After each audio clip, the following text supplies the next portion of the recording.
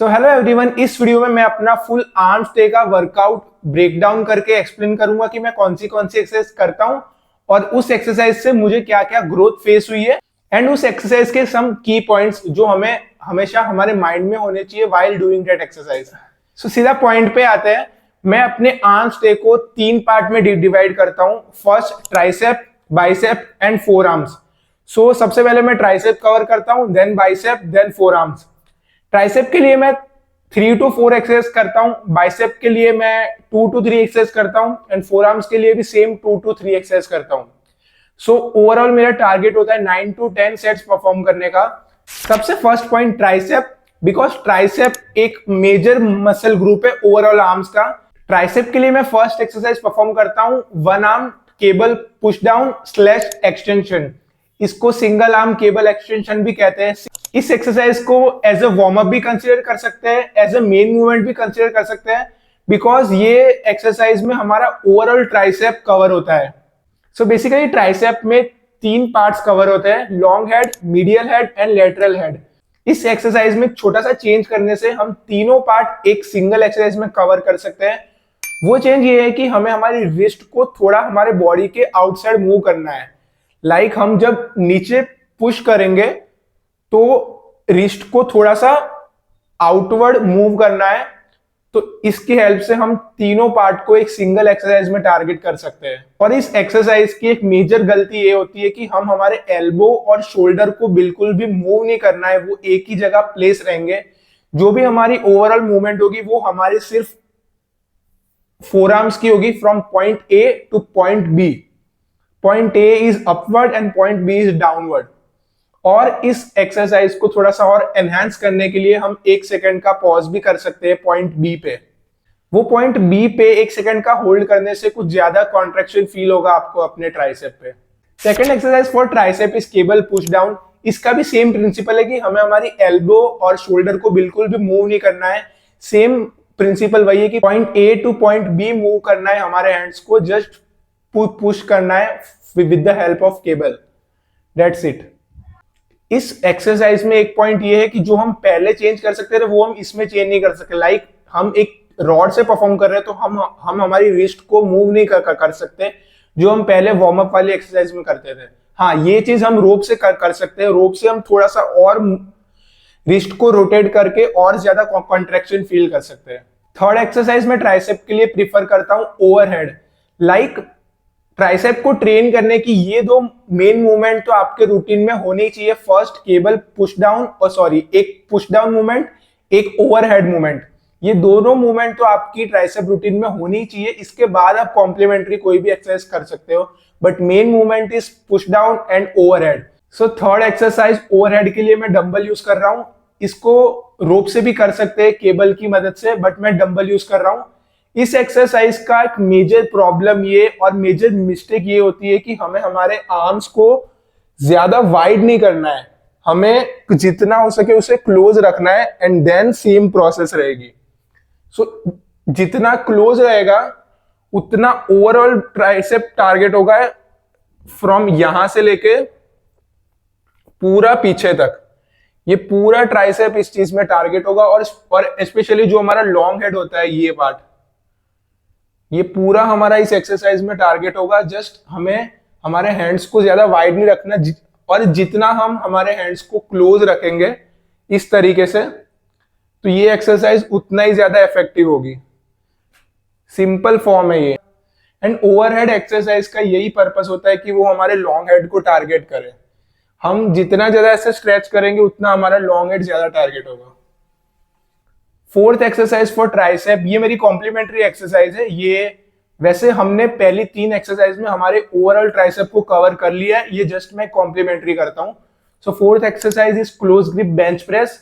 मैं कभी कभी इस एक्सरसाइज को चेंज करके डंबल किकबैक भी करता हूं। दोनों मोस्टली मुझे सेम फील देती है। So close grip bench press का भी सेम प्रिंसिपल है। हम जितना हमारे आर्म्स को क्लोज रखेंगे तो सारा फोकस हमारे ट्राइसेप पे आएगा, ना ही चेस्ट पे आएगा। इफ मैं हमारे हैंड को वाइड करूंगा तो वो मेरी चेस्ट स्ट्रेच होगी, ना कि ट्राइसेप। एंड जब मैं क्लोज ग्रिप करके करूंगा like as you can see, जब मैं अपने हैंड्स को क्लोज करके ऐसे करता हूं तो मेरा ट्राइसेप टारगेट होगा। इफ मैं ऐसे करूंगा तो मेरा ट्राइसेप टारगेट नहीं होगा, वो मेरी चेस्ट टारगेट होगी। और डंबल किक बैक तो मेरी एक टाइम की फेवरेट मूवमेंट हुआ करती थी, और सॉरी हुआ करती नहीं, अभी भी है। डंबल किक बैक पे भी मेरा वो सेम प्रिंसिपल जो मैंने फर्स्ट एक्सरसाइज में कहा था कि हमारे रिस्ट को रोटेट करके तीनों पार्ट कवर हो सकते हैं। तो सिंपल जो डंबल किक बैक करते हैं उसमें भी सेम फॉर्म होता है। जब हम ऐसे करेंगे तो ये पूरा पार्ट टारगेट होगा, और अगर हम इफ हम सिंपल करेंगे तो सिर्फ ये पार्ट टारगेट हो रहा है, और अगर हम थोड़ा सा रिस्ट रोटेट करेंगे तो सारे पार्ट टारगेट हो सकते हैं वो एक ही dumbbell kick back exercise. Now second point, bicep. Bicep train करने का एक सिंपल प्रिंसिपल है, ये मैंने रीड किया था कि how to train bicep. Curl x how many times you feel something. Bicep इतना छोटा मसल ग्रुप है कि उसको मिनिमम 2 एक्सरसाइज में भी हम कवर कर सकते हैं। और बाइसेप को मेरा ऐसा प्रिंसिपल है कि बाइसेप जब तक पूरा फेल नहीं हो जाए, कि जब तक आपसे पूरी जान ना निकल जाए, तब तक बाइसेप को ट्रेन करना होता है। सो फर्स्ट एक्सरसाइज में बाइसेप के लिए चूज किया हूं इंक्लाइन डंबल कर्ल। ये एक्सरसाइज का एक मेजर गलती होती है, जो ये चीज पे फोकस करना है कि जब हम डंबल को नीचे लाएंगे तब हमें उसे पूरा स्ट्रेच करना है, ना कि हाफ रैप।